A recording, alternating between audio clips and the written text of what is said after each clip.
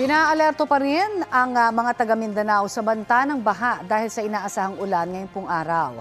Isinailalim ng Pag-asa sa General Flood Advisory ang Lanao del Sur, Maguindanao, Davao del Norte, Davao del Sur, Davao de Oro, Davao Oriental, Agusan del Norte at Agusan del Sur.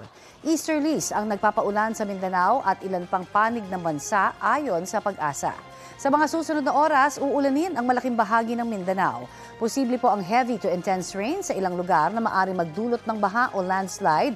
Base po yan sa rainfall forecast ng Metro Weather. Kapuso, para sa mga maiinit na balita, mag-subscribe sa GMA Integrated News sa YouTube. Sa mga kapuso naman abroad, subaybayan nyo kami sa GMA Pinoy TV at sa www.gmanews.tv.